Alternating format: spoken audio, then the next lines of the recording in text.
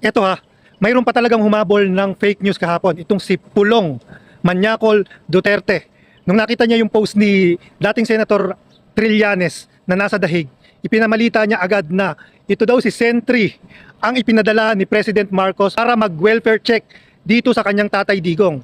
Fake news yan. Malinaw yan kung hindi nyo pag-iisipan. Kasi unang-una, si Sentry ay hindi nagtatrabaho sa ating gobyerno. Hindi naman siya doktor. Hindi siya empleyado ng ating embassy dyan. So wala siyang karapatan para mag-welfare check dito sa dating Pangulo. At kahapon nga, fake news din ni BP Inday na hinimatay daw yung kanyang tatay dyan. Fake news ni Kaufman, nagkaroon daw ng brain damage itong kanyang kliyente. Fake news ni Kipi Duterte na granted na daw ang interim release na sinakyan lahat yan ng mga vlogger na DDS at mga kapanalig, mga membro ng mga DDS na ipinamalita nila na granted na nga daw, makakalaya na itong kanilang tatay.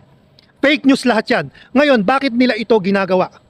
Ang isang sagot dyan, related kasi ngayon ang pamilyang ito sa napakalawak na korupsyon na iniimbestigahan. Itong si Pulong, yung 51 billion.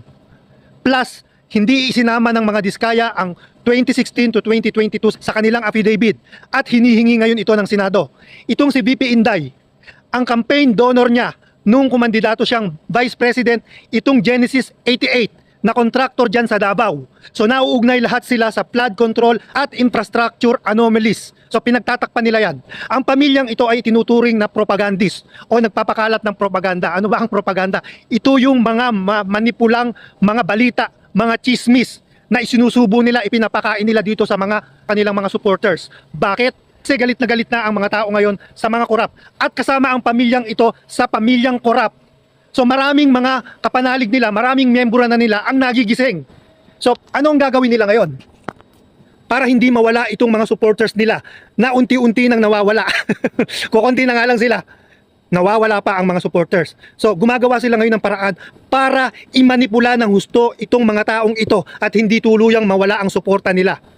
So nagpapasalamat tayo dun sa mga dating DDS supporters na unti-unti nang nagigising at kumakabila na ang suporta para sa ating gobyerno para hangarin ang totoong pagbabago. May mga ebidensya ako niyan.